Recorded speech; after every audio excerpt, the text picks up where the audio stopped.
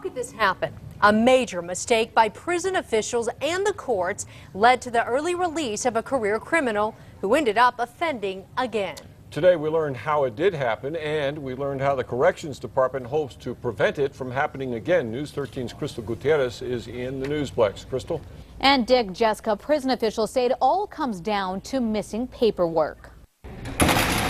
More than 6,000 inmates are locked up in state prisons. A lot of people to keep track of, but state officials say they messed up. Don Gutierrez was let out on probation 2.5 years early. After skipping a probation hearing, Gutierrez was arrested again only months later for breaking into 2 more homes. It wasn't until the DA got the new case that someone noticed Gutierrez was not supposed to be out of prison yet. This is an average size inmate record. Prison records officials say it came down to a missing file in Gutierrez's record. He was sent back to prison on a parole violation. The courts decided to revoke his entire probation. That would have added more time. But prison officials say the probation violation sentence was not sent back to the prison. We did not have the judgment and sentence that was the term of imprisonment for 7 years.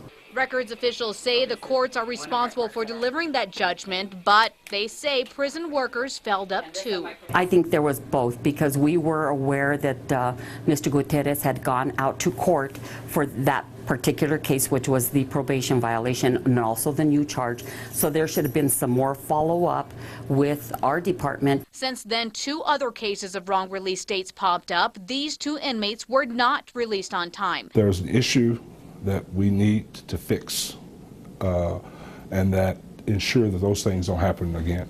Now, Deputy Secretary of Prison Operations has ordered a massive audit. The record of every single current inmate will be recalculated. Some inmates already released will be reviewed too to make sure they shouldn't be locked up. If those cases happen, we'll notify the law enforcement and take their proper protocol. Now, the DA's office says it would be up to district court to send up the information, but bottom line, prison officials say they should have double-checked that the paperwork came through. Back to you. Okay, Crystal, the Corrections Department says calculating prison release dates is a very complicated process, but they are not letting people off the hook. The investigation into who messed up is continuing.